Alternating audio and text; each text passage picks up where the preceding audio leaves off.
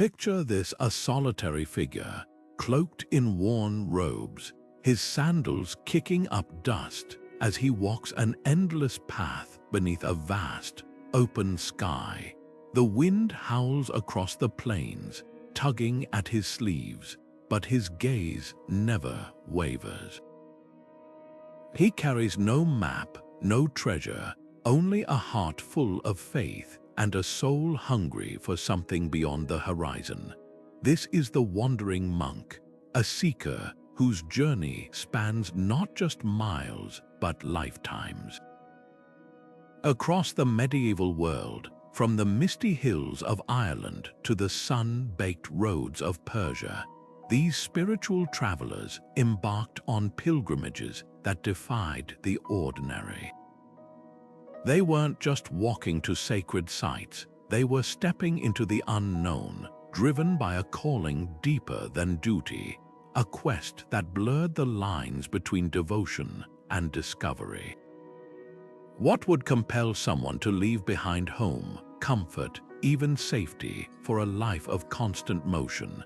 The answer lies in these 25 tales of monks who turned the world into their monastery. Their stories aren't just relics of the past, they're mirrors reflecting truths about resilience, curiosity, and the unshakable human desire to connect with the divine, with distant cultures, and with the raw, untamed edges of existence. Some sought enlightenment in the silence of deserts, while others found it in the bustling markets of foreign cities, trading prayers for stories and vows for wisdom. Their paths crossed empires and languages, weaving a tapestry of encounters that shaped history itself. So why do these journeys still captivate us today? Because they're more than historical footnotes, they're adventures of the spirit. Imagine the courage it took to face bandits, storms, and starvation, all while clinging to a faith that every step had purpose. Picture the moments of grace, a shared meal with strangers, a chance conversation that bridged continents, or a midnight vision under a canopy of stars. These monks didn't just wander, they transformed the act of travel into a sacred dialogue between the soul and the world. And now their stories await, each one a testament to the extraordinary lives that unfolded when faith set foot on the open road. The idea of leaving everything behind to wander the earth in search of truth didn't appear overnight. It was born from deep spiritual yearnings that echoed across continents. In the deserts of Egypt, Saint Anthony the Great abandoned wealth and comfort in the 3rd century, choosing instead a life of solitude and movement. His retreat into the wilderness wasn't just about escape. It was a radical embrace of divine connection through hardship. Meanwhile, centuries earlier and thousands of miles to the east, a young prince named Siddhartha Gautama walked away from his palace and into the unknown, seeking answers to suffering. His transformation into the Buddha laid the foundation for Buddhist monks to follow in his footsteps literally, as they roamed the forests and mountains of Asia, relying on alms and the kindness of strangers. What united these traditions despite oceans and cultures between them? A shared belief that the sacred wasn't confined to temples or texts. It was out there, waiting to be uncovered step by step.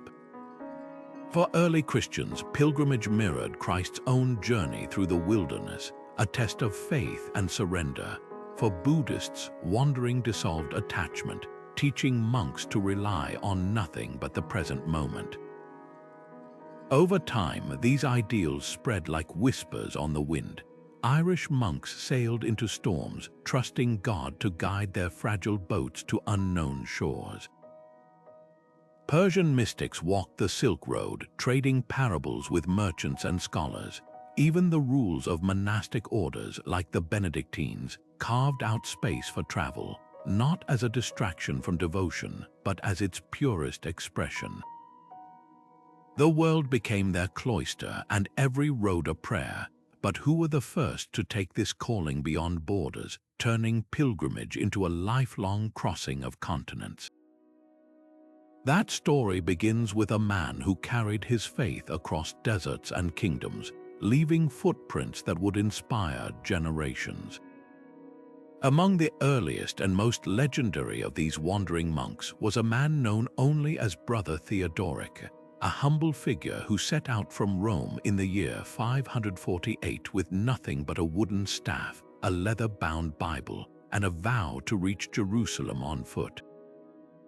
His journey, stretching over 3 grueling years, became a blueprint for countless pilgrims who followed.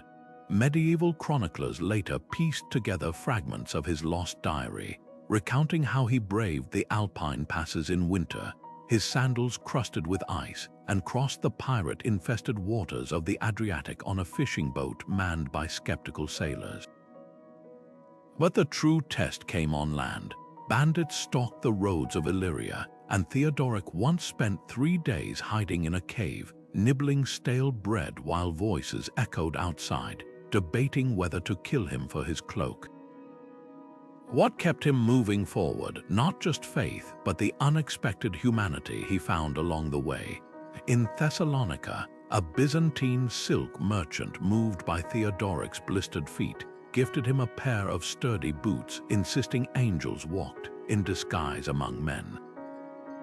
Days later, in the hills of Thrace, he shared a fire with a community of hermits who taught him to read the Psalms in Greek, their voices rising like smoke into the night. These encounters weren't distractions from his pilgrimage, they became its heart. By the time he reached the Judean desert, Theodoric had learned to see holiness not just in shrines, but in the shared bread of strangers, the shelter of a shepherd's hut, even the taunts of a skeptical innkeeper who spat at his prayers only to beg for a blessing years later when they crossed paths again near Jericho. Theodoric's route, later known as the Via Sacra, wove through landscapes both physical and spiritual. He documented miracles, a spring that gushed forth when he struck a rock with his staff, and moments of despair like the fever that left him delirious in a leper colony where sufferers nursed him with bitter herbs. His writings, though lost, were quoted for centuries in guidebooks for pilgrims, emphasizing endurance not as suffering, but as surrender to divine timing. When he finally knelt before the Church of the Holy Sepulchre, his diary noted not triumph but quiet awe. The road carved me hollow so God could fill me. His legacy reshaped medieval pilgrimage. Later travelers retraced his steps, seeking not just relics, but the living wisdom he'd gathered. How to barter safe passage with caravan masters, where to find the hidden monasteries of Cappadocia, even which herbs eased swollen feet. Theodoric proved the journey itself was the sacred text, every mile a verse teaching trust, humility, and the startling truth that God spoke as clearly through desert wind as through scripture. And though his name faded from history, the roads he walked still whisper with the echoes of his sandals, one man's relentless, ragged, radiant march toward grace. While Theodoric's footsteps faded into the dust of Judea, another kind of pilgrim was making his way eastward, a man whose journey would stitch together the spiritual tapestry of an entire continent. Meet Schwanzang, the 7th century Buddhist monk who defied emperors and death to walk the Silk Road, carrying not just sutras, but the very soul of Buddhism from India to China. His tale begins in secrecy. At 26, he slipped past imperial guards who'd forbidden travel westward, driven by a singular mission. The monasteries of Chang'an possessed incomplete, contradictory scriptures, and Schwanzang believed the answers lay in the homeland of Buddha himself. So, with nothing but a begging bowl and a heart full of resolve, he stepped onto the most treacherous trade route in history. The Silk Road was no single path but a shifting web of deserts, mountains, and oases, a place where sandstorms buried caravans whole and bandits lurked like wolves. Yet Schwanzang's greatest adversaries weren't the elements, but the guardians of borders. In the kingdom of Gautama, a devout Buddhist ruler detained him, not as a prisoner, but as a treasure. "Stay," the king pleaded, offering wealth, titles, even a royal marriage. Schwanzang responded with a hunger strike, refusing food or water until the king relented, weeping as he funded the monk's journey with gold, supplies, and a letter of safe passage. It was a pattern that would repeat. Schwanzang's quiet charisma turned potential foes into patrons, from Zoroastrian merchants who shielded him from Turkic raiders to Nestorian Christians who shared their fire on freezing nights. Then came the Tekel-Heamanot Desert, the Sea of Death. For 8 days without water, Schwanzang's caravan stumbled through dunes that scorched by day and froze by night. Horses collapsed, men drank their own blood. Legend says he survived by reciting sutras to the Bodhisattva of mercy until a miracle. His lone remaining horse dragged him to a tiny spring shaded by a single withered tree. But the desert wasn't done. In the Pamir Mountains, ice bridges cracked underfoot, and in Afghanistan, he barely escaped a sacrificial altar of mountain tribes. Yet every near-death birthed a revelation. At Nalanda Monastery in India, where he studied for years, teachers marveled at his questions. He didn't just want texts, he sought the living pulse of Buddhism, debating philosophers, memorizing thousands of verses, and even winning a royal debate so profound the defeated king gifted him an elephant laden with manuscripts. When Schwanzang finally turned homeward, his caravan groaned under the weight of 657 texts, Buddha's words, preserved on palm leaves. But his true cargo was intangible, the stories. The Persian trader who taught him astronomy by tracing stars on sand. The Kashmiri nun who'd walked the same path decades earlier, her sandals worn to shreds. The nomadic chieftain who, upon hearing a sutra, dismantled his shrine to war gods and built a stupa instead. These encounters didn't just spread Buddhism, they wove it into the fabric of Eurasia, blending Greek sculpture into Buddha's likeness, Nestorian hymns into temple chants. 17 years after his departure, Schwanzang returned to Chang'an not as a fugitive but a hero. The emperor who'd once banned his travel now knelt to receive his writings, commissioning translations that would shape East Asian Buddhism for centuries. Yet in his journals, Schwanzang lingered not on triumph, but on the fragility of human connection. One entry tells of a Gandharan sculptor who, upon learning Schwanzang's quest, pressed a small clay Buddha into his palm. "Carry him for me," the man whispered. "I'll never see India, but my hands have touched its spirit." That tiny figure sat on Schwanzang's desk until his death, a reminder that the Silk Road wasn't made of silk or gold, but of countless hands passing wisdom forward, one dusty, daring step at a time. The North Atlantic winds howled like a chorus of unseen spirits as the small leather boat pitched between waves, its sail patched with animal hides and prayers. At the helm stood a figure wrapped in coarse wool, his face weathered by salt and solitude, an Irish monk whose name even history struggles to remember. Some chronicles call him Saint Brendan the Navigator. Others whisper of a nameless ascetic who sailed beyond the edge of known maps. Centuries before Viking longships carved their way to Iceland, this man and a handful of brothers braved the icy void, not for conquest or trade, but because the sea itself had become his cloister. What drove men to such extremes? The answer lies in the peculiar spirituality of early Irish Christianity, where isolation was a sacrament. On Skellig Michael and other remote islands, monks perched on cliffs like seabirds, believing the fury of the ocean brought them closer to God's raw presence. But for our nameless voyager, even these rocky outposts weren't remote enough. The 9th century Irish text Navigatio Sancti Brendani hints at a land of crystal pillars and fire mountains. a description that matches Iceland's glaciers and volcanoes eerily well. Did he seek Thule, the mythical northern paradise, or was he simply answering what the Irish called peregrinatio pro Christo, a pilgrimage without end where the journey mattered more than the destination? The evidence is etched in fragments. Norse sagas written centuries later speak of finding Irish monks or papar in Iceland when the first Vikings arrived. These bookmen left behind iron bells, crude crosses, and caves lined with prayer niches, silent witnesses to a life of unthinkable austerity. Imagine winters where darkness lasted 20 hours, where the monks' only companions were the auroras flickering like celestial choirs above his lava rock shelter.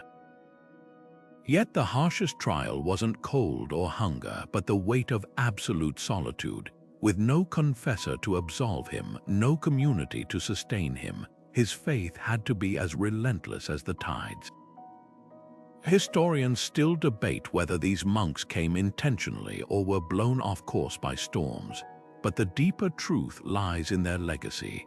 When the Vikings landed, they didn't slaughter the papar. They let them leave, perhaps unnerved by men who feared neither death nor the gods of Asgard. One saga recounts a Norseman finding a monk's abandoned hut, its walls inscribed with Ogham script. This place is thin and heaven is close. Whether fact or folklore, the story crystallizes a truth about these wanderers. They didn't just cross geographic boundaries, but spiritual ones, turning the Arctic wilderness into a sanctuary where the divine and the desperate danced on the same frozen edge. The line between their history and legend blurs like a horizon lost in mist, but that ambiguity is the point. These monks didn't write chronicles, they lived them, their lives becoming the kind of tale that survives not in ink, but in the stubborn human wonder at those who dare to vanish over the edge of the world, trusting the wind to carry them where God willed. The monsoon winds that howled across the Indian Ocean in the 12th century carried more than just merchants and spices. They bore a lone Ethiopian monk named Abba Gabra Manfas Kedis, whose journey would weave an invisible thread between two ancient Christian worlds. Unlike the desert wanderers or Arctic voyagers before him, Gabra Manfas chose the sea, boarding a creaking dhow in the port of Adulis with nothing but a goatskin pouch of sacramental bread and a letter of introduction from his Coptic patriarch. For 40 days, the ship danced between tempests and doldrums, its triangular sail straining against winds that Arab navigators called al-ri al-huri, the freeing breath. Gabra Manfas spent those weeks memorizing psalms in jazz while Gujarati traders taught him to read the stars through the haze of the horizon, their hands tracing constellations named for gods he didn't worship, but whose light guided him all the same. When the dhow finally scraped against the shores of Kerala, the monk stepped into a world where Christianity had flourished since the time of St. Thomas, yet pulsed with rhythms utterly foreign to his highland monastery. The Nasrani Christians of Malabar chanted liturgy in Syriac, a tongue as ancient as his own jazz, but their churches stood shaded by palm trees heavy with coconuts, their walls adorned with lotus motifs borrowed from Hindu artisans. Here, Gabra Manfas became a bridge. By day, he debated theology with Syriac bishops over plates of fish stewed in tamarind. By night, he transcribed Coptic prayers onto palm leaves for Kerala scribes who marveled at his alphabet's looping grace. The spice trade had connected these lands for centuries, but he carried something rarer, the living breath of tradition, proving that faith could cross oceans without losing its soul.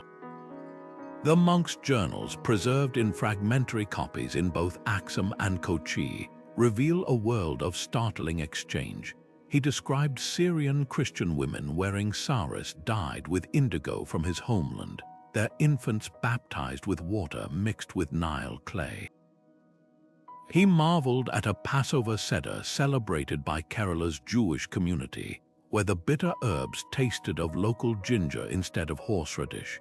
Even the incense in Nasrani churches, a blend of frankincense from Ethiopia and cardamom from the Western Ghats, spoke of this alchemy. But Gabra Manfas' greatest legacy lay in the shadows, his quiet mediation between the Coptic and Syriac hierarchies, who drifted apart over doctrinal disputes. Over cups of black pepper tea, he reminded both that their shared lineage mattered more than their differences, planting seeds for a dialogue that would outlast him by centuries. His return voyage, timed to catch the southwest monsoon, nearly ended in disaster when pirates attacked off Socotra.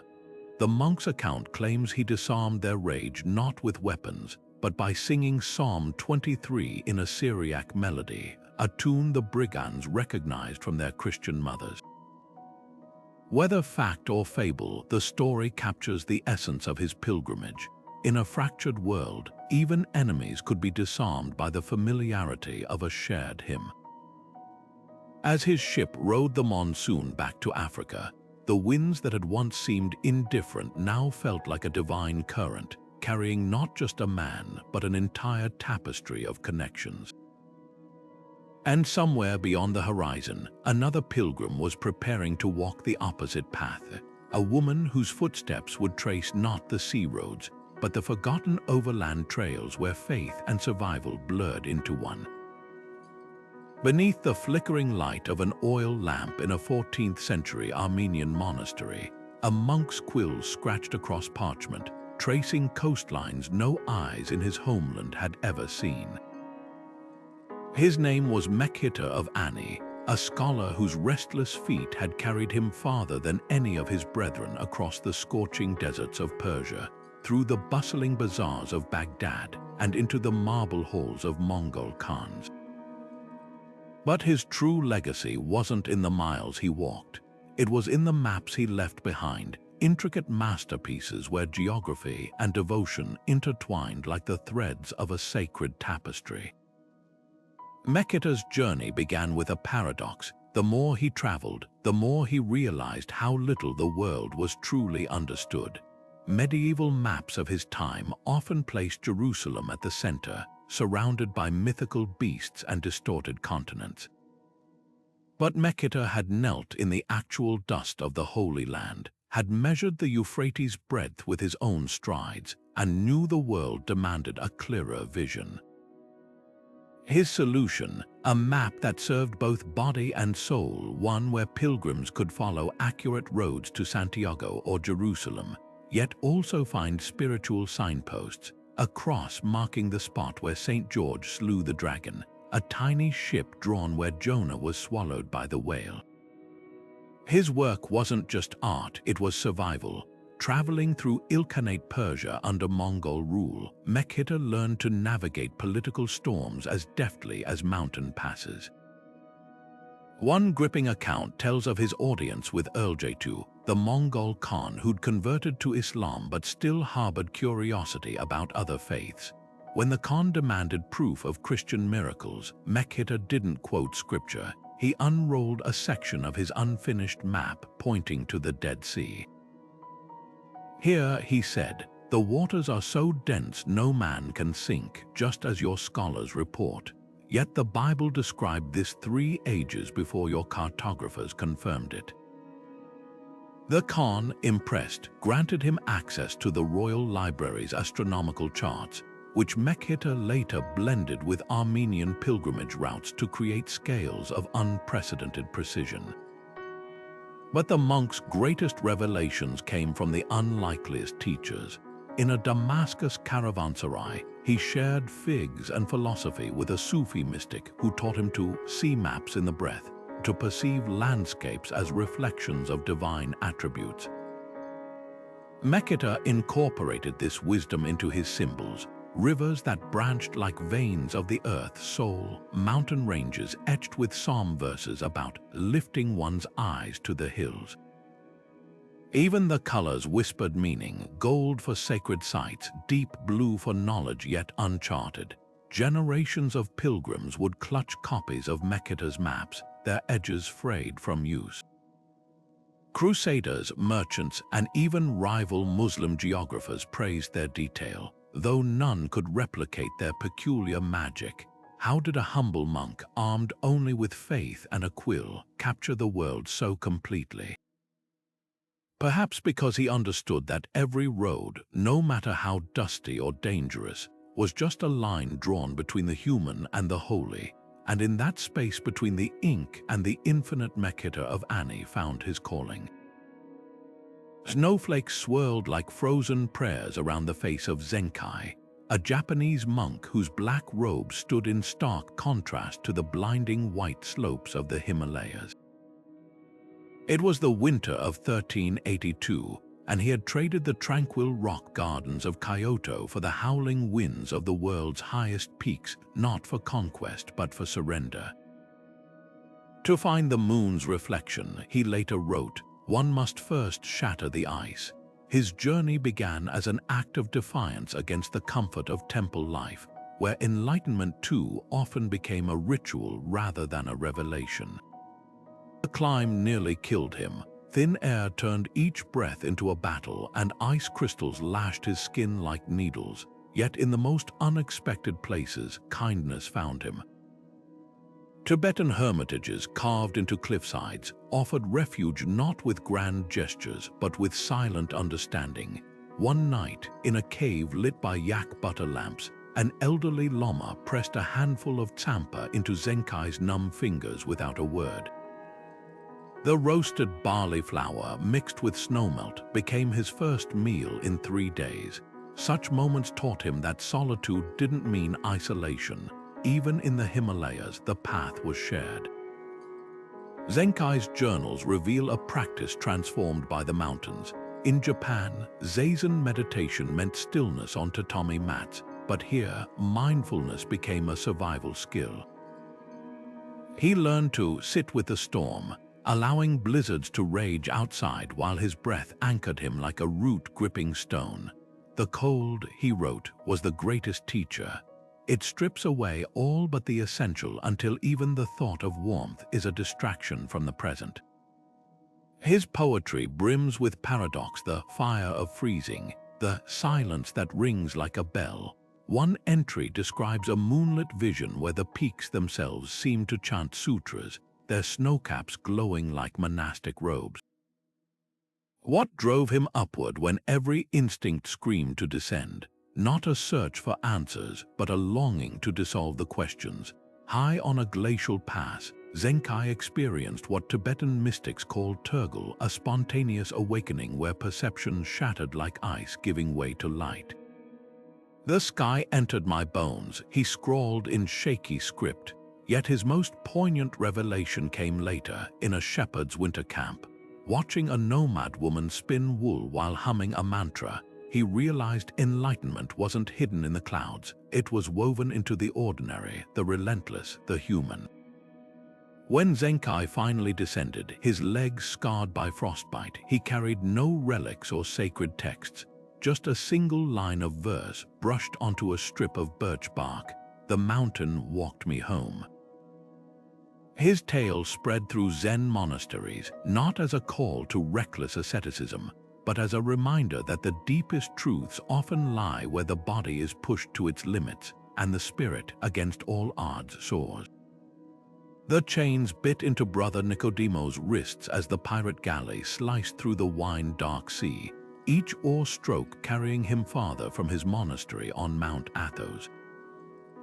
The year was 1324 when Berber raiders stormed the Aegean coast, snatching fishermen and monks alike to sell in the slave markets of Tunis.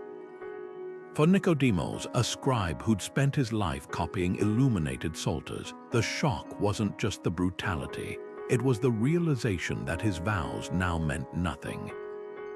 They stripped me of my habit, he later wrote, but not my prayers. Though my hands were bound, my knees still knew how to kneel. Sold to a merchant caravan bound for Timbuktu, Nicodemos entered a world where suffering wore new faces. By day, he hauled blocks of Saharan salt under a sun that blistered his Byzantine skin. By night, He whispered the Jesus prayer in Greek while fellow slaves from Mali taught him survival in their own tongues. His journal scratched onto stolen palm leaves with charcoal records haunting moments. The Nubian Christian woman who shared her meager water ration, quoting Exodus. The Muslim overseer who, noticing Nicodemos' fading strength, assigned him ledger keeping instead of labor, saying, Allah sees a scholar's value. These fragments of mercy in the crucible of captivity became his lifeline. After 2 years, when the caravan halted at an oasis near the Niger River, Nicodemos saw his chance. Under cover of a sandstorm, he fled with 3 others, a Gambian goldsmith, a Sicilian sailor, and a girl from the Tuareg tribe who knew the stars. Their 4-month odyssey across the Sahara became a parable of unlikely grace.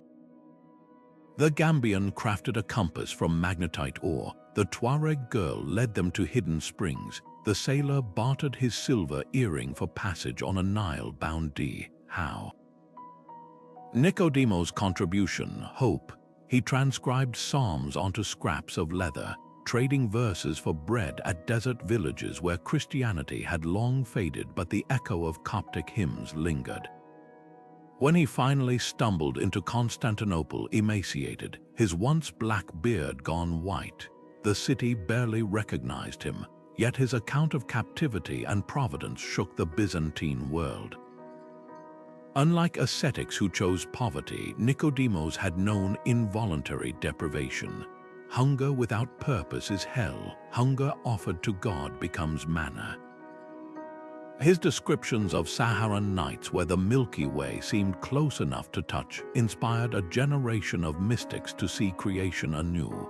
Even his enslavement he reframed. Christ was sold for 30 pieces, I for 20. Did I not walk closer to him in that marketplace than in my cell? The manuscript's most radical passage recounts his final night in Africa. A Berber elder, hearing his story, mused, "Perhaps God made you a slave so you could teach us what freedom truly is." Nicodemos kissed the man's hands, an act that scandalized Constantinople's clergy, but captured his hard-won truth. That faith could turn even chains into threads weaving disparate souls together. His ordeal proved pilgrimage needed no destination. Sometimes the deepest journeys began when the road was taken from you. The camel bells chimed like distant church chimes as Rabansoma crested the final dune, his sun-cracked lips parting in awe. Before him stretched Chang'an, the Tang dynasty capital, a city of 2 million souls where Persian silks brushed against Korean lacquerware, and Sogdian wine flowed beside Sichuan peppercorns. For this Nestorian monk, raised in the stark monasteries of Persia, the sight was both revelation and reckoning. How could a Christian from the deserts of Mesopotamia find his place in this empire of dragon-adorned palaces and whispering bamboo groves? The answer lay not in isolation, but in conversation, a dialogue of faiths that would leave its mark on history itself. Rabban's journey had begun as a pilgrimage to Jerusalem, but war between Mongol Khanates forced a detour eastward. By the time he reached China in 781, his mastery of Syriac and Persian made him an asset to Tang officials hungry for translators. They called him Jingjiao, luminous teaching, the name given to Nestorian Christianity in China. Yet Rabban's true mission emerged when Emperor Dezong commissioned him to draft the Nestorian stele, a 9-foot limestone pillar that would chronicle Christianity's arrival in China 150 years earlier. The text he composed was a masterpiece of cultural alchemy, weaving gospel truths with Confucian phrasing. The Messiah, it declared, taught non-action wu-wei like Laozi, yet his compassion rivaled the Buddha's. Such parallels weren't compromises, they were bridges, allowing Chinese scholars to glimpse Christ through familiar concepts. But the stele was just stone. Rabban's living legacy unfolded in the tea houses of Chang'an. There he debated Taoist sages who marveled at his claim that the Tao, the unknowable way, had taken human form. If the moon's reflection moves on water, does the moon itself move? Countered one sage. Raban stirred his tea, watching leaves swirl. The reflection proves the moon exists, he replied. Christ is God's reflection, proof the divine stooped to our ripples. Even Buddhist monks, usually reticent with outsiders, found common ground in his teachings on detachment. When one noted how Nestorians venerated crosses yet claimed not to worship wood, Raban smiled. Do you honor the Buddha statue or what it points toward? Cultural exchanges ran deeper than theology. Raban introduced Persian medical texts to Tang physicians, who in turn showed him acupuncture charts mapping Kai flow, a concept he compared to the Holy Spirit's invisible workings. He watched Taoist chemists distill elixirs in jade vessels, their alchemy mirroring his own Eucharist, where wine became the medicine of immortality. Years later, when the stele was erected in Chang'an's outskirts, its carvings told a silent story, a cross rising from a lotus blossom, flanked by clouds mimicking Assyrian designs. A visual hymn to harmony. Raban never reached Jerusalem, but in a way he'd found something rarer, a testament to how faith could travel without conquering, adapt without diluting. Centuries later, when the stele was rediscovered buried in a field, its weathered surface still whispered of that fleeting moment when a monk from the west sat with sages of the east, and for a breath, all saw light refracted through the same prism. The Sinai Desert at dawn is a world of fire and silence, a place where the rising sun turns sand to molten gold, and the wind carves hymns into the cliffs. Into this crucible stepped a young Coptic monk named Abba in the year 1168, sent by his abbot not to conquer the wilderness, but to let it conquer him. Unlike hermits who sought solitude in caves, Yausab carried his vows into the tents of the Bedouin, becoming the first Christian many tribes had ever met. His journals, preserved in the library of St. Catherine's Monastery, reveal a life split between two rhythms, the liturgical hours of prayer and the migratory patterns of the Al-Muzina and Jabaliya tribes. The desert does not care if you call God Allah or Yahweh, he wrote. It only asks if your soul can stretch as wide as the horizon. At first, the Bedouin viewed him with suspicion, a gaunt figure in black robes who refused their meat, fasting according to Coptic tradition, yet joined their pre-dawn treks to hidden wells. But Yausab's humility disarmed them. When a sandstorm destroyed a tribe's date harvest, he spent 40 nights digging diversion channels to save their oasis, hands bleeding but spirit unbroken. When elders fell ill, he brewed remedies using herbs from his monastery's garden, blending Coptic medicine with Bedouin knowledge of desert plants. Slowly, they began calling him Al-Muwahhid, the unifier, and not for preaching Christianity, but for living its essence, sharing water in drought, standing guard during tribal feuds, even mediating a blood feud between two clans by fasting for 3 days on the contested land until both sides agreed to peace.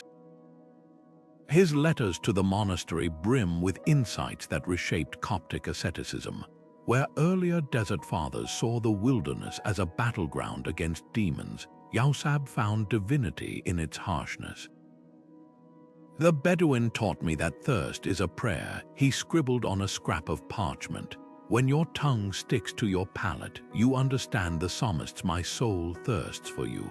He marveled at how nomads read stars like scripture, tracing God's will in the migration of birds and the shifting of dunes. Even their code of hospitality, offering protection to any guest, even an enemy, mirrored Christ's command to love strangers. The ultimate test came during a raid by Berber slavers. Cornered with a group of women and children in a canyon, Yausab did the unthinkable. He stepped forward alone, holding his cross high. According to Bedouin accounts passed down for generations, the raiders' leader, recognizing him as the peacemaker, spared the group out of respect. But Yausab's greatest legacy wasn't this moment of bravery. It was the tiny chapel he built with tribal artisans, its walls painted with crosses and camels, its altar stone carried by 12 elders from rival clans. There, under a roof open to the stars, Bedouin and Christian alike whispered prayers to the same unknowable God of the wilderness. When Yausab finally died at 83, tribes who'd warred for centuries buried him together in an unmarked grave, piling stones so high it became a landmark. To this day, Sinai guides point to it and say, "Here lies the man who carried peace like a water skin." His story proves that the desert's real miracles aren't visions or levitations, but the bonds forged when someone dares to walk the razor's edge between worlds. And as the sun sets over those endless sands, another figure emerges, this one not seeking to bridge cultures, but to vanish into the harshest desert of all, where survival itself is a form of prayer. The morning mist clung to the fjords like a shroud as a lone figure trudged up the rocky path, his woolen cloak damp with sea spray. This was Brother Edric, a Saxon monk whose name meant blessed ruler, though he carried no sword, only a wooden cross and a pouch filled with parchment. The year was 864, and the lands ahead belonged to Ragnarsson's sons, where the air rang with the clash of axes and the skald songs of Valhalla. Edric's mission seemed impossible, to bring the gospel to those who worshipped Thor's hammer, but his strategy defied every expectation.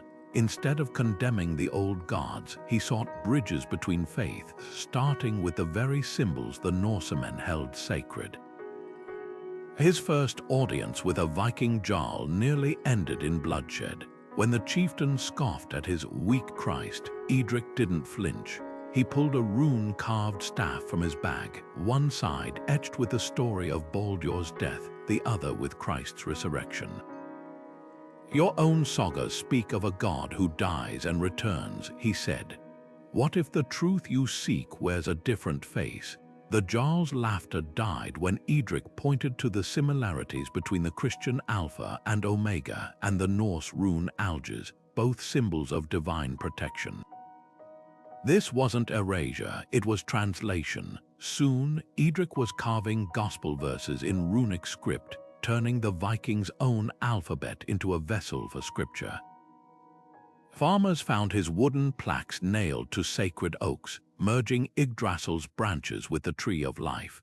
Legends swirled around his deeds. Fishermen claimed he'd stilled a storm off Danevirk by singing psalms in their tongue, a miracle that echoed Christ calming the waves, yet felt eerily familiar to those who knew Njord ruled the winds. A skald's poem tells of a blind child healed when Edric pressed a cross into her palm, whispering not Latin but Old Norse words, "He who shaped the sun sees you." These stories, whether fact or folklore, reveal his genius. He didn't conquer pagan beliefs, he baptized them, showing how Christian truths could wear Viking skin.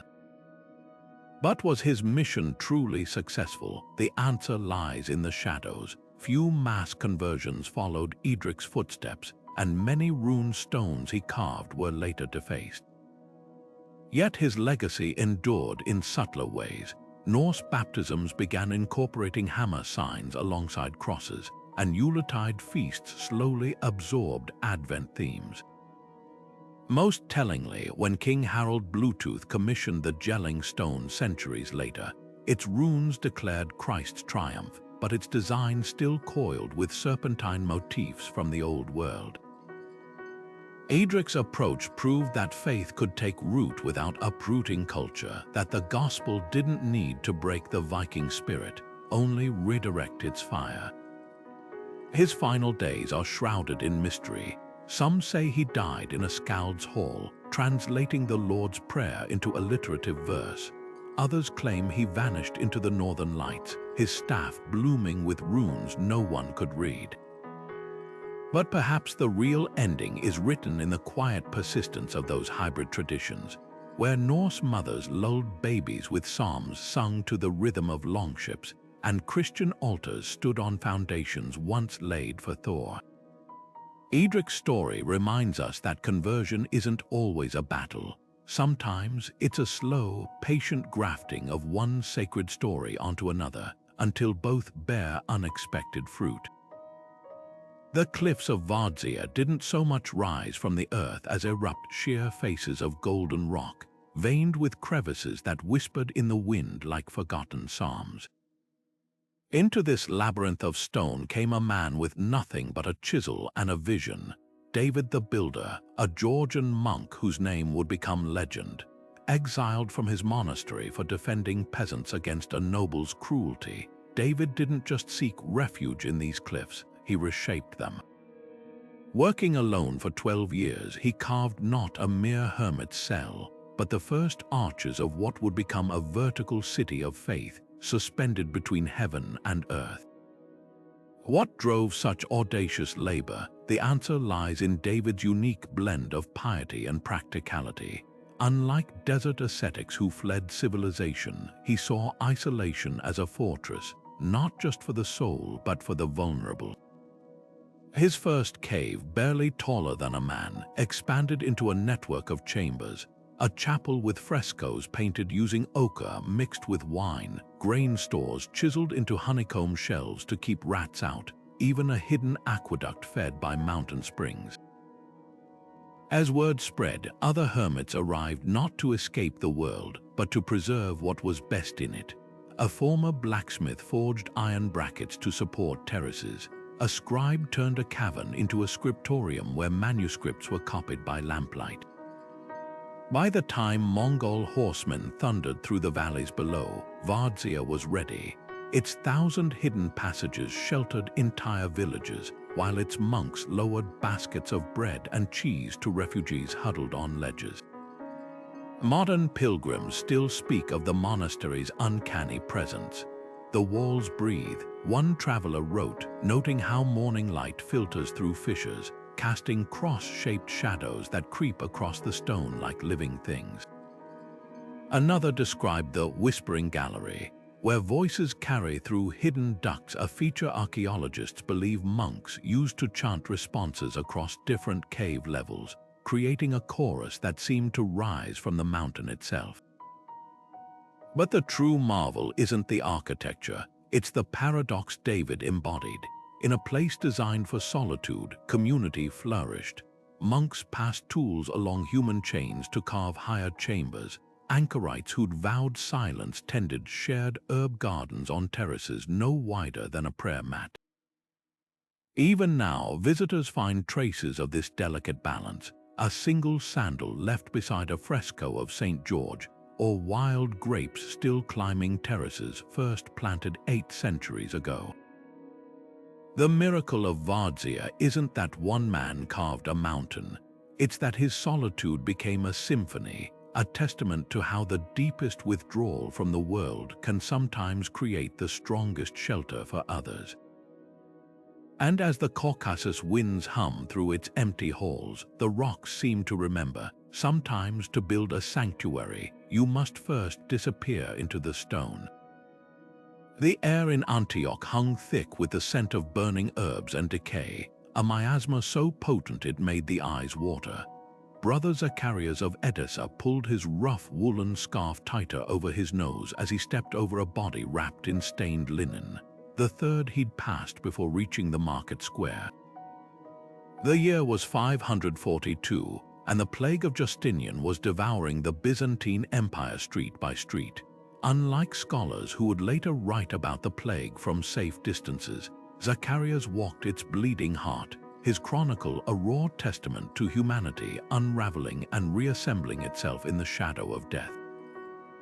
His scrolls, preserved in a Damascus monastery, detail horrors that feel unnervingly familiar. Markets stripped bare by panic, neighbors barricading doors against the sick, the eerie silence of streets where laughter once rang. But Zacharias didn't just record despair, he bore witness to the fractures in his own faith. Where is God when mothers bury children with their bare hands? He scrawled in one margin, the ink blotted as if by tears, Yet in the next entry, he describes a moment that steadied him. An elderly Jewish baker leaving loaves at crossroads for starving strangers, murmuring the Shema as he worked. Perhaps Zacharias wrote, "God hides not in the absence of suffering, but in the hands that refuse to let go." The monk's journey took him through 5 plague-ravaged cities, each revealing new facets of collapse and resilience. In Beirut, he watched wealthy merchants hoard vinegar believed to ward off infection, while in the slums, a teenage girl fashioned masks from linen scraps and distributed them door to door. In Tyre, where bodies piled faster than graves could be dug, Zacharias joined a group of Sufi Muslims and Coptic monks who turned an abandoned cistern into a mass tomb, chanting each other's prayers over the dead. His account captures a startling truth. Pandemics don't erase cultural divides, they reveal which boundaries are porous enough for compassion to seep through. What makes his chronicle timeless isn't just its stark imagery, but its uncomfortable parallels to modern crises. The ghost ships turned away from medieval ports mirror cruise ships stranded in 2020. The quack cures peddled by street vendors powdered emerald, pigeon blood potions find their echo in internet conspiracy theories. Yet Zacharias also documents what historians now call post-traumatic growth. The orphanage started by a widow in Damascus that outlasted the plague, the spice trader who converted his warehouse into a hospice. These weren't miracles, just ordinary people choosing mercy when the world felt godless. Monks like Zacharias occupied a unique role in catastrophes. Unlike rulers who fled to country estates or physicians who often succumbed first, they stayed not because they were brave, but because their vows bound them to the dying. Their records form a sacred counter-narrative to official histories, proving that even in collapse, light persists in cellar corners. Zacharias' final entry, written after surviving infection himself, holds a quiet challenge. Weep for the dead, but measure a civilization by how it treats the living left behind. His ink-stained fingers, tracing prayers on fevered foreheads, wrote a gospel far louder than any sermon. And as the last embers of his lamp guttered out, another wanderer was already stirring, this one not documenting a plague, but carrying solace to places where war had scoured the land bare. The first time villagers saw him, they thought the world had turned upside down, a figure in maroon robes moving steadily up the Himalayan trail, his back turned toward Lhasa, his feet shuffling in reverse with the precision of a celestial body obeying some inverted law. This was Lama Tsering, the monk who vowed to walk backward from Kathmandu to the Potala Palace, a journey of over 600 miles through some of the most treacherous terrain on Earth. His act wasn't mere spectacle. It was a nyungni, a radical form of Tibetan Buddhist penance where every misstep or stumble was believed to purify not just the walker, but the land itself. Tibetan texts from the 17th century describe how crowds began gathering within days of his departure. Farmers left offerings of barley flour at crossroads where he'd passed. Children ran ahead to clear pebbles from his path. By the time he reached the high passes of the Himalayas, pilgrims were joining his procession, some walking backward in solidarity for short stretches, others prostrating themselves full length every few steps in traditional devotion. The Blue Annals, a sacred chronicle, records that Tsering's feet bled so profusely on sharp rocks that his footprints left rust-colored stains on the trail, stains locals later collected as sacred relics. His heels became eyes, wrote one observer, seeing the path behind so that others might see the way forward. Yet the physical toll paled next to the mental ordeal. Walking backward for months required unimaginable focus, each step a surrender to trust, as cliffs dropped away unseen and icy streams numbed his ankles. At night, supporters guided him to fires where he recited mantras without breaking his vow of silence. The ritual's brilliance lay in its inversion of ordinary perception. By refusing to face his destination, Tsering embodied the Buddhist teaching that enlightenment comes when we cease grasping toward the future and inhabit the present completely. Was it devotion or delusion? Even historians debate this. Critics point to accounts of Tsering hallucinating from exhaustion, mistaking boulders for begging monks. But his followers argue the very extremity of his act proved its sanctity. When he finally collapsed at Lhotse's gates, his body emaciated and his soles fused with dirt and blood, the Panchen Lama himself emerged to bless him, a recognition that shook the crowd. In that moment, Tsering's backward journey became a mirror. Some saw madness, others, the purest expression of a truth that defies walking straight into the light, sometimes requires turning your back on it. The waves off the coast of Greenland in the year 987 were not kind to small boats, especially not to a vessel as fragile as the leather curragh carrying Brother Gwenael, a Breton monk with more faith than sailing experience. Inuit hunters watching from the shore would later tell of a man so pale he seemed carved from sea foam, stepping onto the ice with hands raised not in surrender, but in blessing. Their oral histories, passed down for centuries before being recorded by Danish explorers in the 1800s, describe a ghost in black robes who traded iron fishhooks for sealskins and drew strange symbols in the snow, crosses unlike any used by later Norse settlers. Could this have been Europe's first Christian missionary to reach North America 4 centuries before Columbus? The evidence hides in plain sight. The Vinland sagas mention Skraelings, who spoke of earlier white visitors, while medieval Portolan charts, those intricate sailing maps drawn by monks, show shadowy landmasses west of Iceland labeled Antalya or High Brasil. But the most compelling clue comes from Gwenael's own Breton monastery at Landivinec. A marginal note in their chronicle, long dismissed as fantasy, tells of a brother who sailed beyond the sunset to preach to giants. Modern scholars now recognize these giants as likely descriptions of the Dorset people, an indigenous Arctic group taller than average, whose archaeological remains show sudden appearances of iron fragments centuries before Norse contact. What drove a monk to such madness? Missionary zeal alone seems insufficient. Bretons were more likely to convert fellow Celts than risk icy oblivion.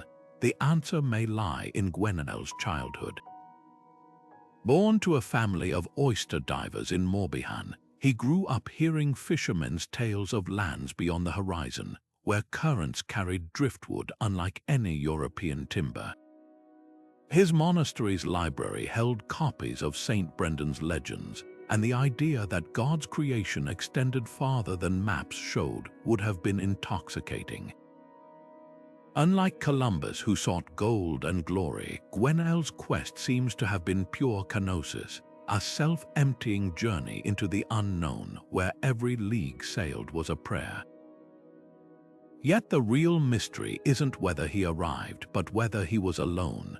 Basque whalers and Bristol merchants may have followed secret routes to rich fishing grounds for generations.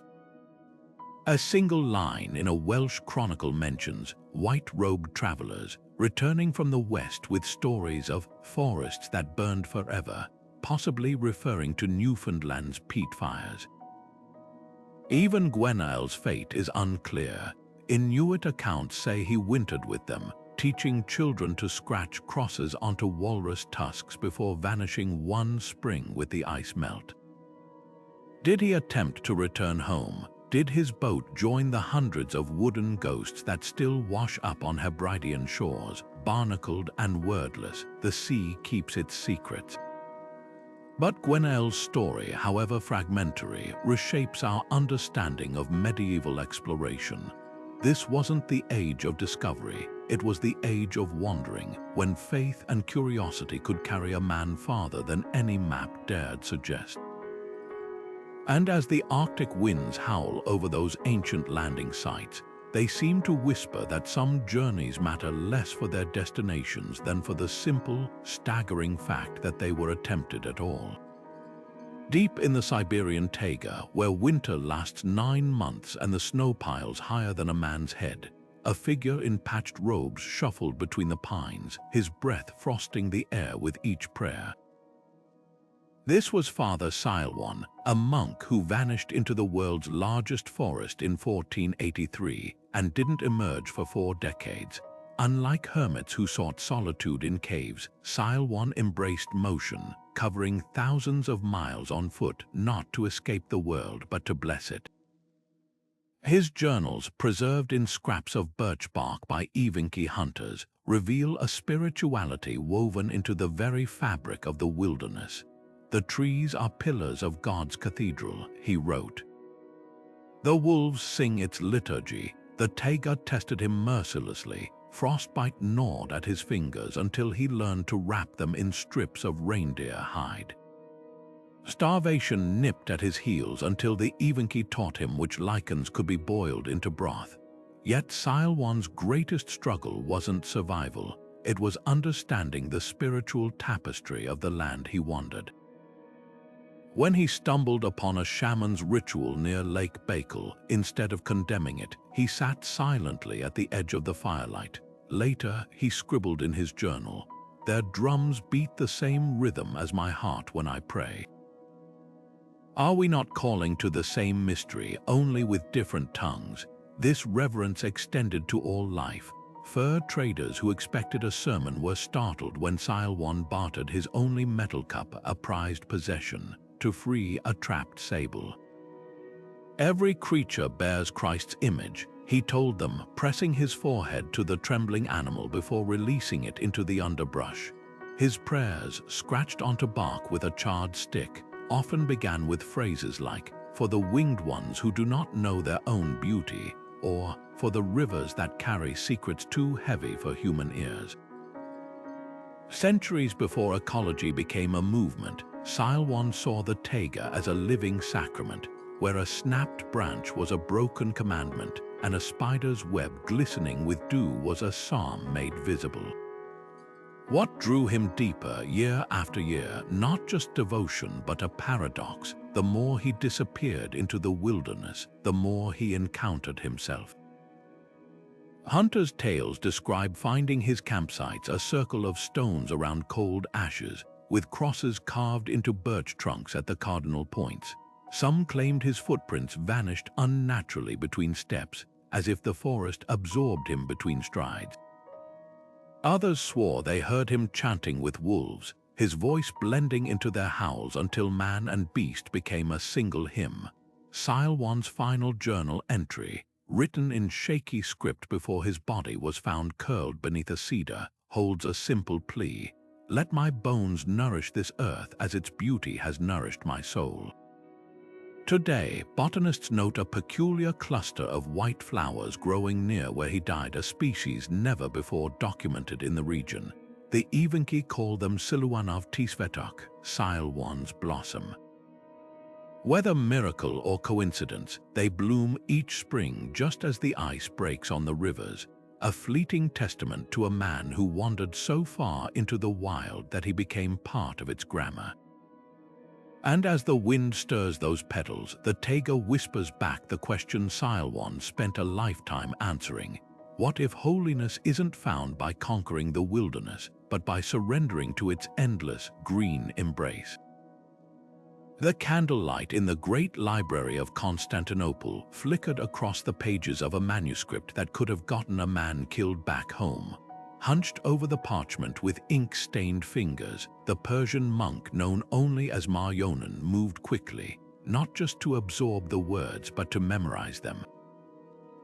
Every line of this Greek treatise on free will contradicted the teachings of his homeland's bishops, and smuggling such ideas eastward would be punishable by exile or worse.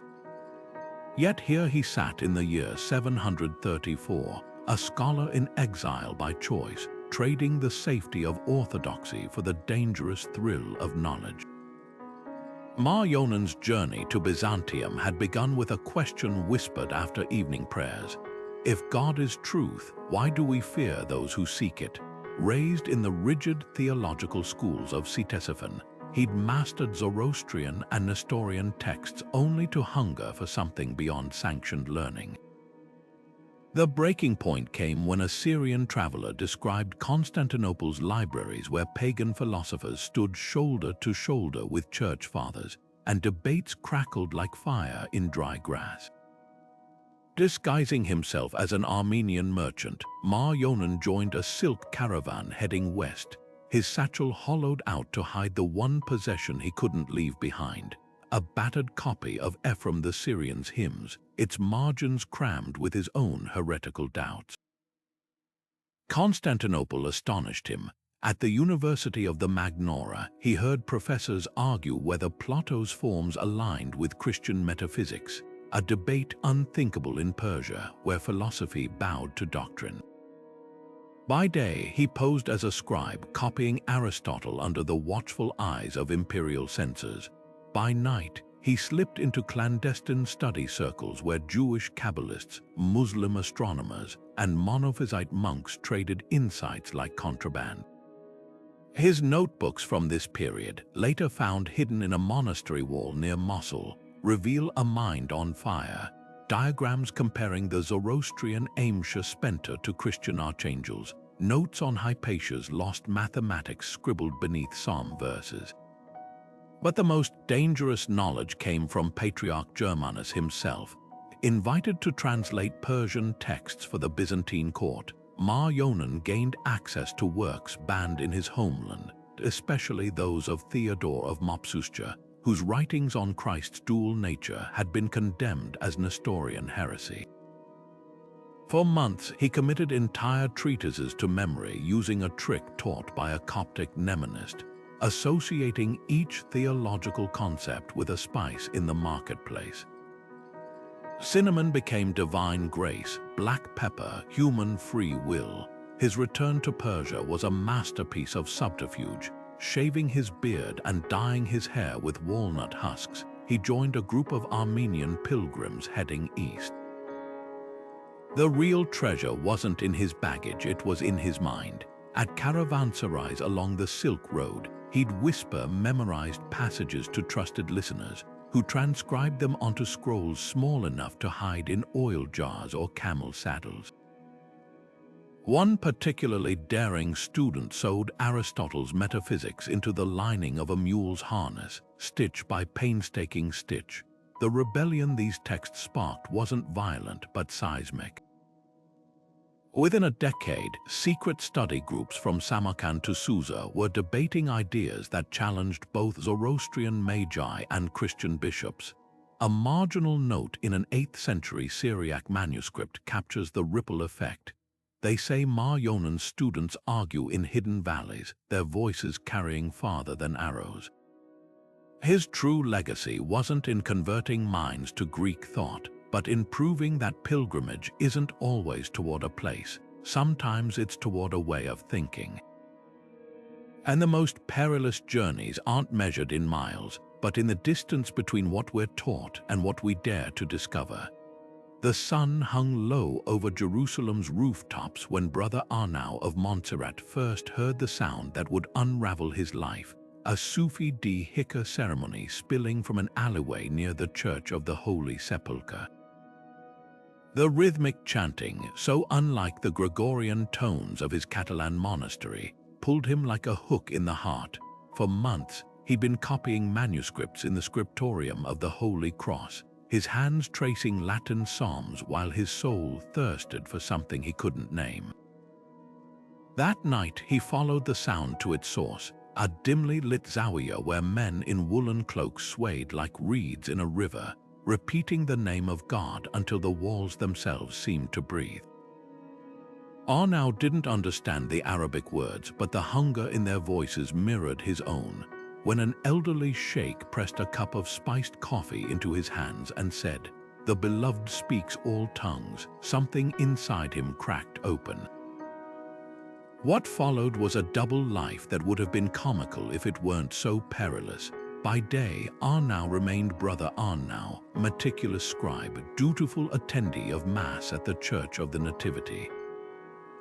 By night, he became Ibrahim al-Cataluni, the Catalan seeker who sat cross-legged on reed mats, learning to whirl like the Mevlevi dervishes and memorizing Rumi's poetry in whispered translations. His secret journals, discovered centuries later hidden in a Damascus bookshop, reveal a man torn not between faiths but between forms of devotion. When the Sufis speak of fana, the annihilation of self in God, he wrote, it echoes St. John of the Cross's dark night of the soul. Why do we cage the wind with doctrine? The backlash was swift when his double life surfaced. A fellow monk, spotting Arnau prostrating during a Sufi prayer in the valley of Hinnom, reported him to the patriarch. The charge, heresy of the gravest kind, not for abandoning Christianity, but for daring to suggest its mystical heart beat in time with Islam's.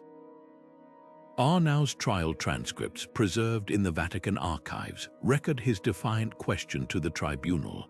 If a well draws from the same underground river, does it matter what name we carve on its bucket? Stripped of his habit and exiled from the monastery, he did the unthinkable. He walked straight to the Sufi lodge and took the oath of initiation, wrapping a green turban around his tonsured scalp. His later writings, smuggled into Europe by Venetian merchants, became a bridge between worlds. In the Amber Beads, a series of dialogues with Muslim ascetics, Arnau recorded conversations that would make modern interfaith activists gasp. Sheikh Yusuf of Acre tells him, "Your Christ's miracles are like our prophet's two lamps lit from the same flame." A Coptic hermit adds, "The desert doesn't care if your prayer rug faces Mecca or Jerusalem, only that your knees bend with sincerity." But the most radical passage describes Arnau's vision during a 40-day retreat, Christ and Kidder, the green-clad guide of Sufi lore, sharing bread on a mountaintop. They broke the loaf laughing, he wrote, as if the joke was how long we'd take to understand. The tragedy and the triumph of Arnau's story lies in its unresolved tension.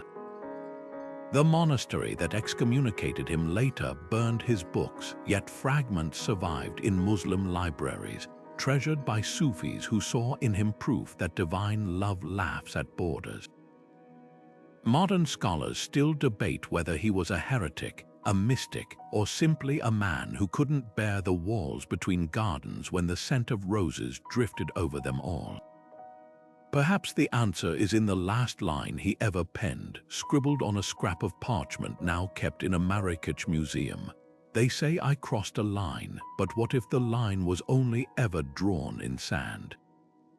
The waterfall roared like a dragon's breath, its icy tendrils lashing the bare shoulders of the monk seated motionless beneath its fury.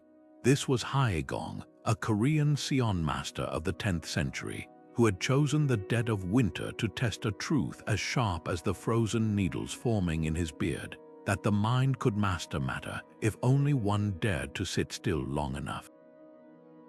As temperatures plunged, the cascade around him transformed, first into slush, then into a glittering prison of ice that encased his body like a second skin. Villagers who stumbled upon the scene weeks later swore they saw steam rising from his lips, his breath the only sign that life still clung to his frozen form. Haegong's ordeal wasn't mere spectacle, it was Seon Buddhism's most radical expression of Yongming Gyeongjin, or ferocious effort. Where other traditions sought enlightenment through quiet contemplation, Korean Seon embraced the body as a battleground. The freezing waterfall became his teacher, each drop a koan demanding surrender. When cold pierces bone, he later wrote, "There is no you left to feel it, only the cold itself singing its truth." Legends claim he survived by entering samadhi, a state so deep that metabolism slowed to near suspension. Skeptics dismiss this as folklore, but modern ascetics in the Himalayas have demonstrated similar feats, lowering their core temperatures through meditation alone. Yet Haigong's methods divided even his peers. While Chinese Chan monks praised his discipline, Japanese Zen masters cautioned against mistaking suffering for wisdom. "Enlightenment isn't a contest," wrote one critic. "A single moment of clarity under a warm sun outweighs years of self-torture." The tension mirrored a broader debate. Was the body a hindrance to be overcome, or a vessel of sacred potential? Haigong's own disciples reported contradictory lessons. Some described him breaking the ice after 40 days with a laugh, declaring, "The waterfall was never frozen, only your thoughts were." Others told of him carrying the chill in his bones for years, a living reminder that extremes leave scars. The tales of his endurance rippled far beyond monastic circles. Korean folktales spun yarns of farmers finding him meditating in blizzards, snow piled high around him like a stupa. A 12th century painting in Songwang Temple depicts him surrounded by wolves, not attacking, but curled at his feet as if tamed by his stillness.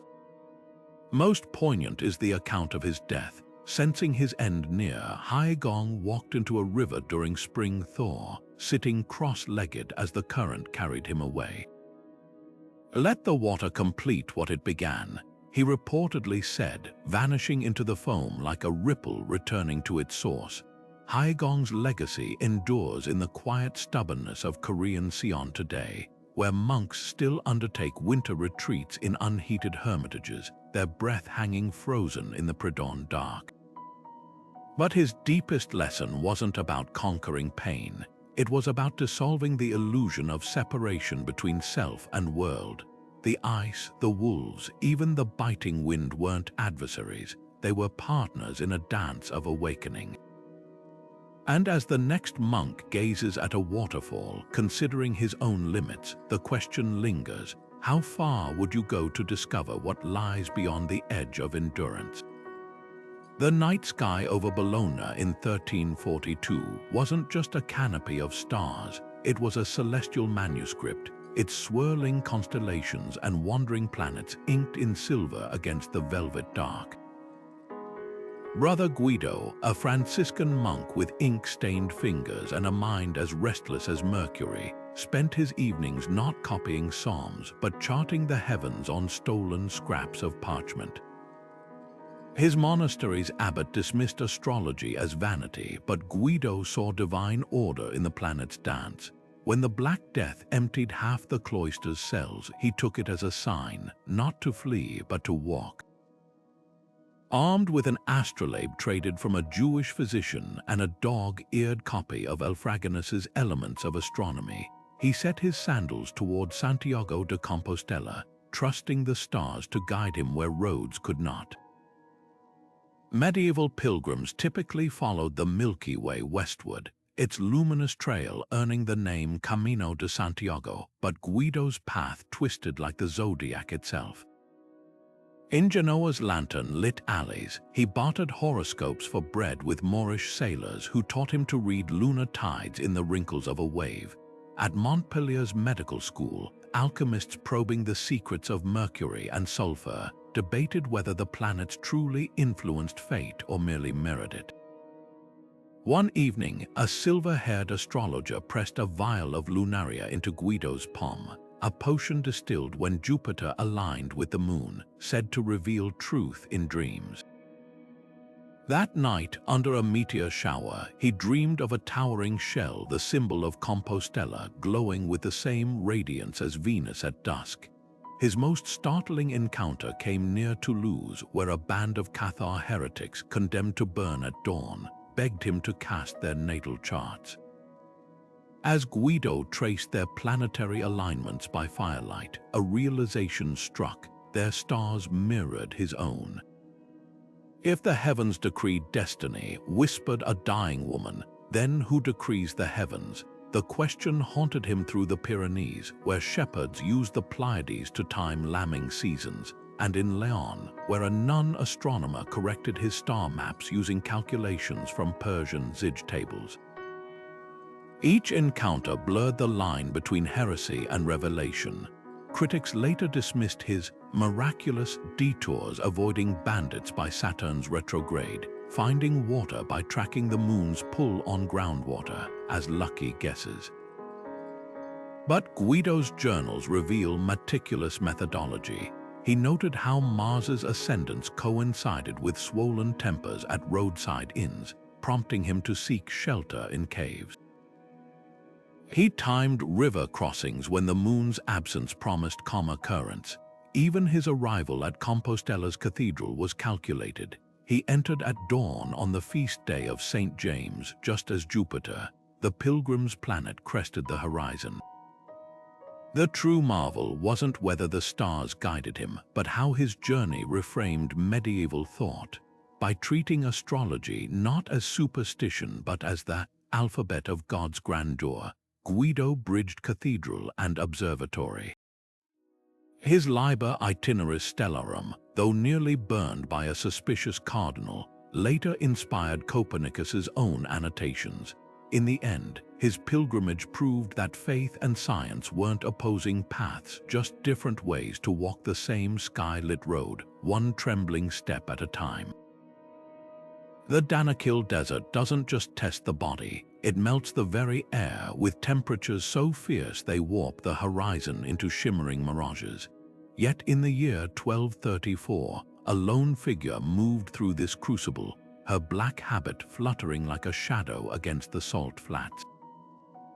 Her name was Sister Tekel-Heamanot, an Ethiopian nun who'd left the rock-hewn churches of Lalibela to walk into the desert's maw, armed only with a goatskin of holy water and the unshakable certainty that God had called her there.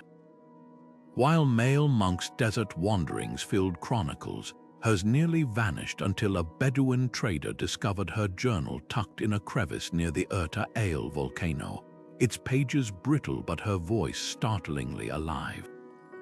What drove a woman into one of Earth's most lethal landscapes? The answer lies in her visions. At Deba Domo Monastery, where women were forbidden to enter, Tekel-Heamanot dreamed of a fiery pillar guiding her eastward. The desert will baptize you not with water, but with thirst, the vision whispered. Her defiance was as practical as it was spiritual.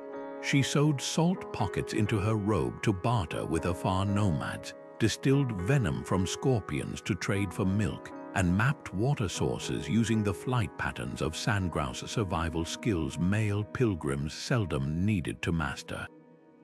Her journal mocks the idea that fragility bound her sex. Let them say women die easily in the wilderness. I'd drink from springs they'd stumble past, blind with pride.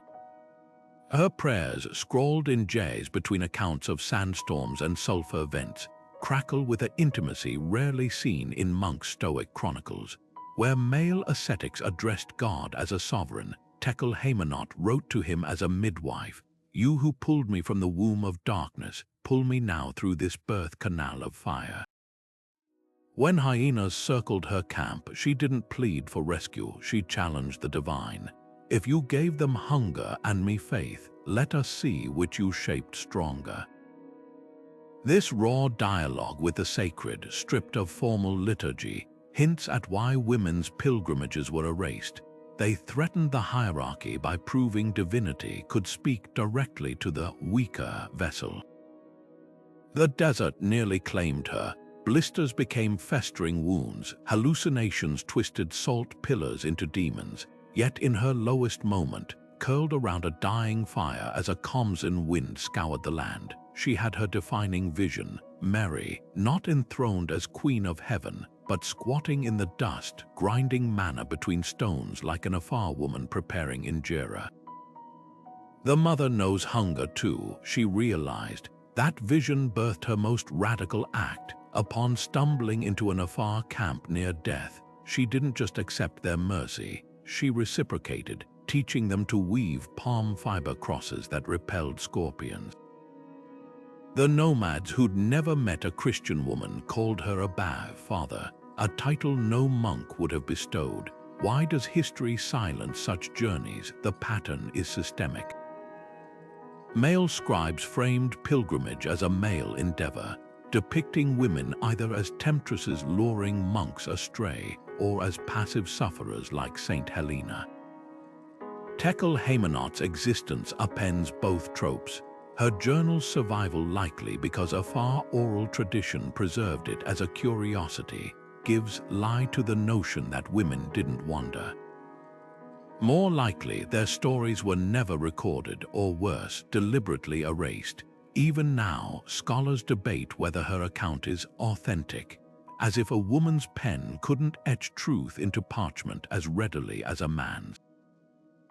The final entry in her journal, written after 3 years in the desert, holds a quiet thunder. They say the Danakil is hell's porch, but if hell's porch burns so clean, how bright must heaven's kitchen be? She returned to Lalibela not with relics or scrolls, but with calloused hands and a new rite blessing water with desert salt. When the priests refused to sanction it, she performed the ritual in secret for peasant women, who passed it down as Tekel's salt. Today, Ethiopian nuns still slip pinches of Danakil salt into baptismal fonts, a whispered rebellion that outlasts empires. Her legacy whispers a truth louder than any chronicle. Holiness isn't gendered, and the desert tests all souls equally. It's only history that grades them on a curve. The wind carried the scent of peat smoke and salt as Brother Iogan stepped onto the shores of Pictland, his sandals sinking into the damp earth.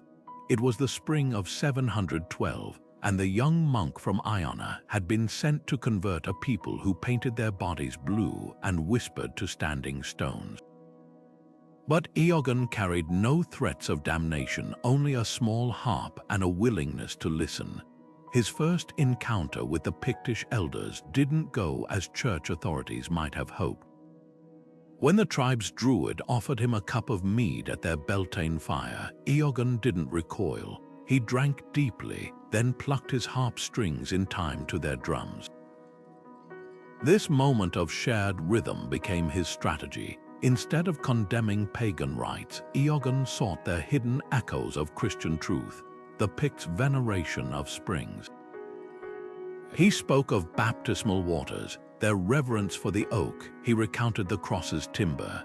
Even their solstice bonfires found new meaning when he kindled Easter candles beside them, declaring, "Christ is the light no darkness can quench."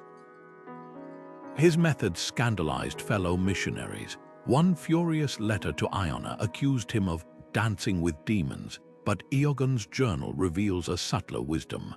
Better to plant the cross where their feet already tread than demand they climb a foreign hill.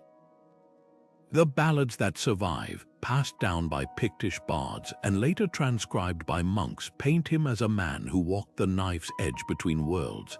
In The Salmon and the Cross, he debates a druid while fishing, comparing Christ's resurrection to the salmon's return upstream. Another tune, Iogan's Moon, tells how he joined a women's rite under the full moon, later reframing their goddess invocations as hymns to Mary. These weren't empty theatrics. By singing the gospel in melodies the Picts recognized, he built bridges where others saw only chasms. But was it conversion or camouflage? Scholars still spar over whether Iogan's syncretism diluted Christianity or simply made it digestible. His own writings hint at tension. "I wear their symbols like a cloak, but the body beneath remains Christ's." The line blurred further when he permitted converted chieftains to keep carved totems, so long as they know who truly guards their hearth. This cultural elasticity bore fruit. Within a generation, Pictish stone crosses twined with pagan serpent motifs, and their warriors carved the Cairo onto swords once dedicated to war gods. The ultimate test came at Abernethy, where the High King demanded Iogan prove his god's power. Instead of performing a miracle, the monk did something riskier. He knelt and washed the king's feet in the manner of Christ. The act, so alien to Pictish notions of hierarchy, sparked murmurs.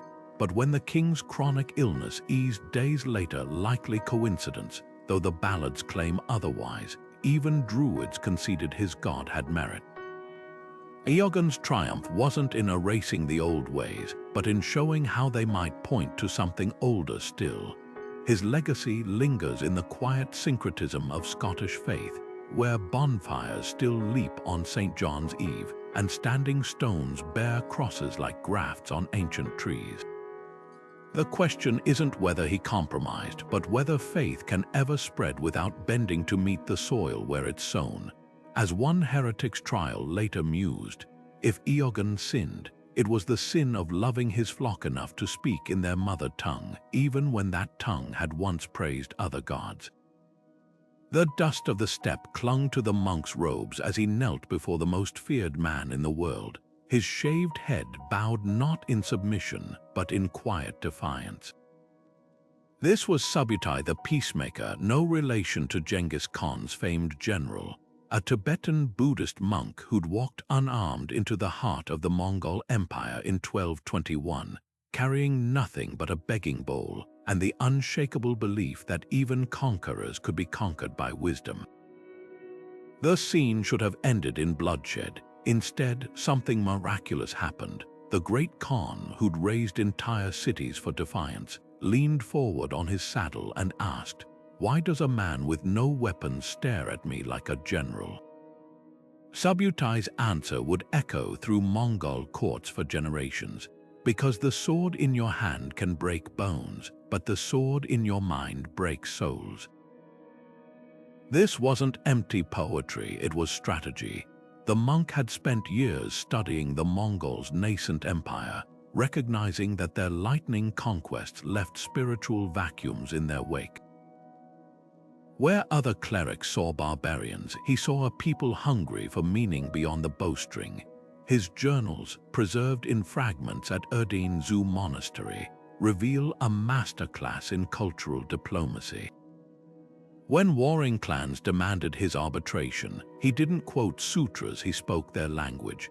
To a faction obsessed with omens, he recounted how Buddha tamed the demon Mara by turning his own weapons into flowers. To generals drunk on victory, he told of ancient Tibetan kings who'd lost empires by forgetting to rule their own pride first. His most daring intervention came during the siege of Balkh, when Genghis's sons debated whether to slaughter the city's scholars.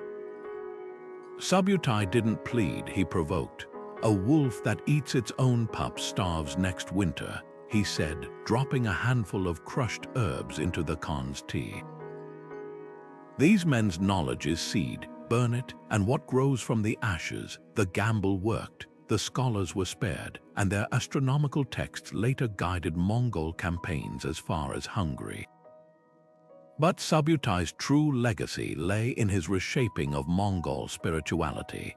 His blue sky sutras, dictated to scribes during night-long debates with shamans, blended Buddhist compassion with the steppe's eternal reverence for Tengri, the sky god. A hawk must kill to eat, one passage concedes, but does the sky resent the blood?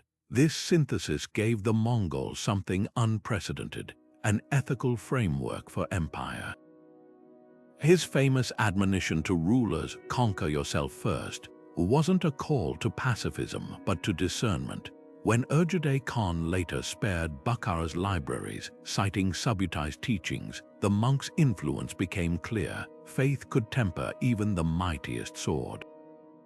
The paradox of Subutai's life was that he served warlords while preaching peace. Some scholars dismiss him as a useful tool for legitimizing conquest, but his private journals suggest deeper motives. "The wheel turns," he wrote after witnessing a massacre. "Today's executioner becomes tomorrow's victim unless someone plants mercy like grass between the stones." His death at 92, surrounded by Mongol princes reciting the Heart Sutra in broken Tibetan, proved religion's quiet power, not to stop empires but to humanize them.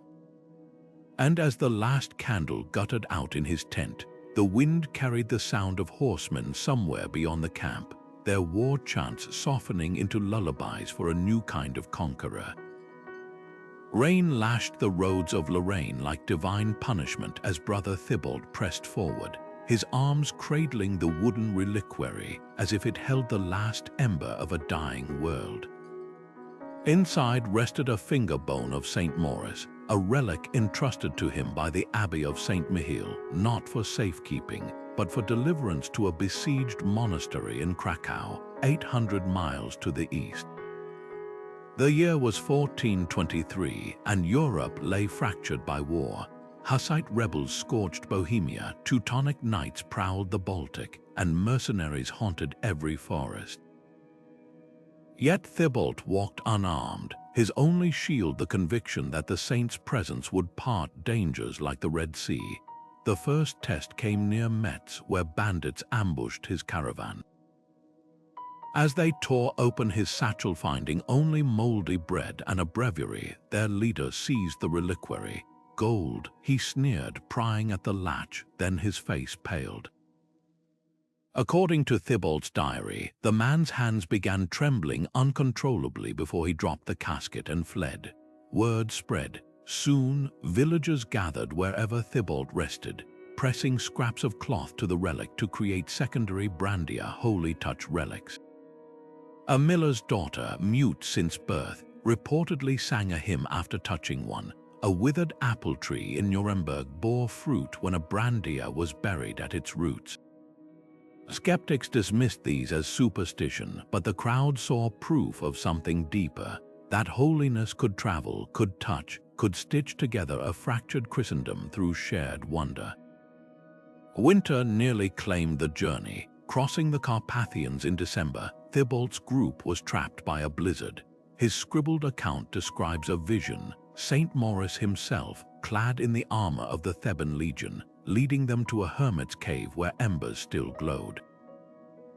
When they reached Krakow in Lent, the relic's arrival sparked processions that momentarily silenced the city's political feuds. Nobles and peasants walked shoulder to shoulder, their disputes suspended by the sheer magnetism of the sacred. What made relics like this so potent? It wasn't just faith in their power, it was their ability to collapse distance. For villagers who'd never see Rome or Jerusalem, a saint's bone brought the cosmic within reach. A Hungarian chronicler captured the paradox. The finger points heavenward, yet rests in our hands. Thibault's relic became a crossroads where the divine and the human met, not in abstraction, but in the gritty reality of storm-drenched roads and grimy hope.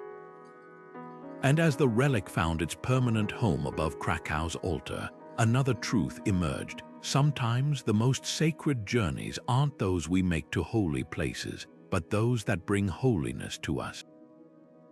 The candlelight in Chang'an's imperial library flickered over a map unlike any other, its edges curling like lotus petals, its rivers inked in gold, its westernmost margin trailing off into a blank space labeled simply Dakin, the Tang dynasty's name for Rome.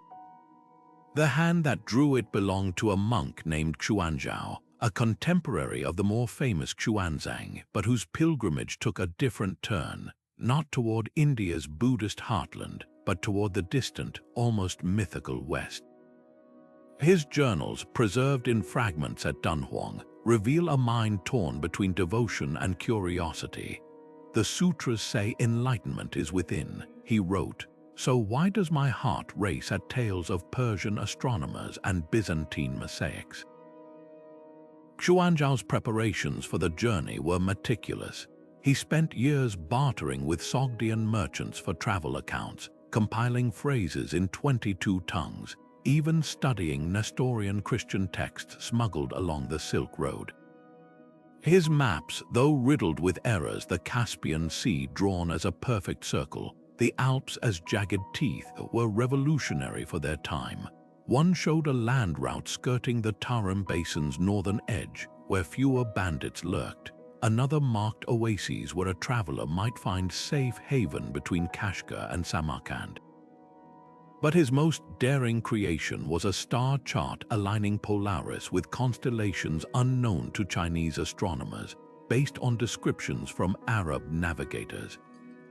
If the stars guide sailors, he scribbled in the margin, why not pilgrims? The Tang court, however, saw only risk in his ambition. When Xuanzhao petitioned for imperial permission to depart, the Minister of Rites scoffed, "What need have we of barbarian lands?" Denied official sanction, the monk turned to subterfuge.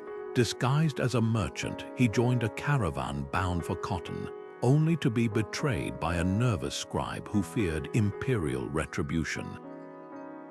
Dragged back to Chang'an in chains, Xuanzhao was spared execution, but his maps were burned, and his dreams with them.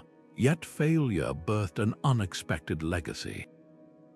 His fragmentary notes, smuggled out by sympathetic students, became the foundation for later travelers like Du Huan, a Tang soldier captured at the Battle of Tollers who eventually reached Syria and returned with first-hand accounts of Christian monasteries. Even Xuanzhao's lament, "The Buddha's light shines everywhere, why must I go?" echoed through centuries of Chan Buddhist thought, challenging the very notion that enlightenment required physical travel.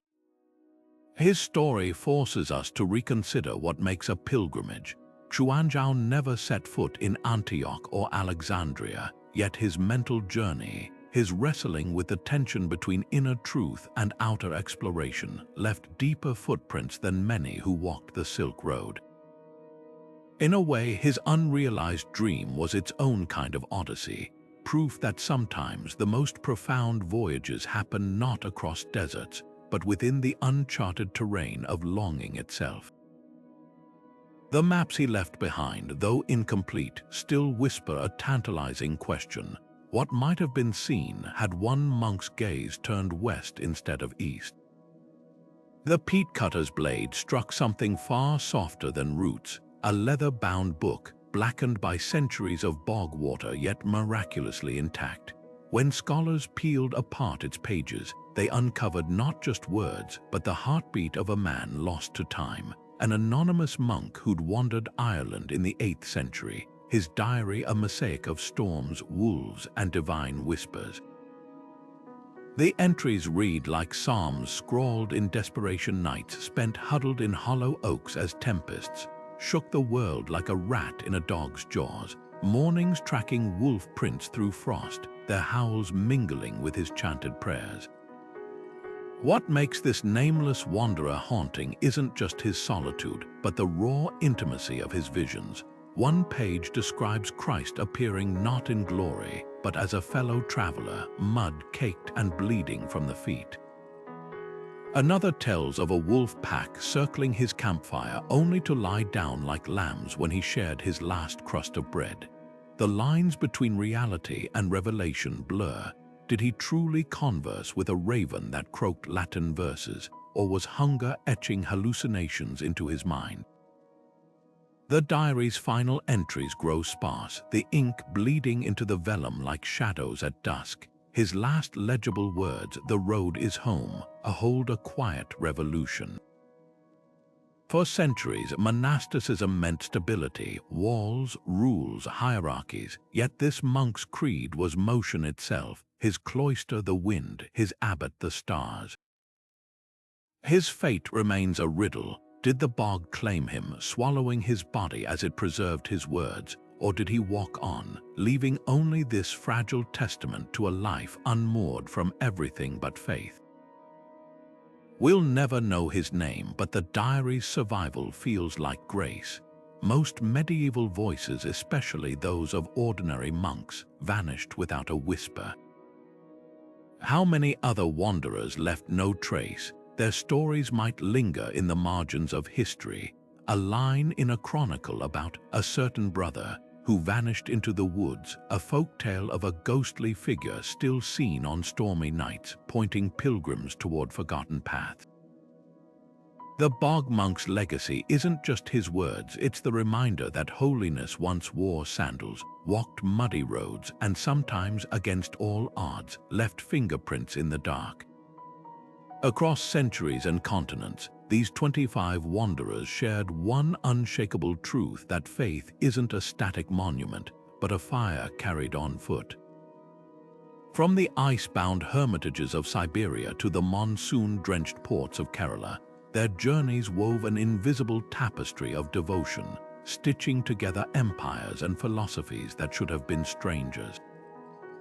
They weren't just monks, they were translators of the sacred, proving that holiness thrives where roads converge, not where walls divide. Consider the echoes they left behind. The Silk Road wasn't just a trade route. It was a conversation sustained by men like Schwanzang and Rabansoma, who carried sutras and star charts alongside their begging bowls. The Viking conversions didn't begin with swords, but with Edric's rune-carved crosses that whispered to Norse hearts in their own symbols.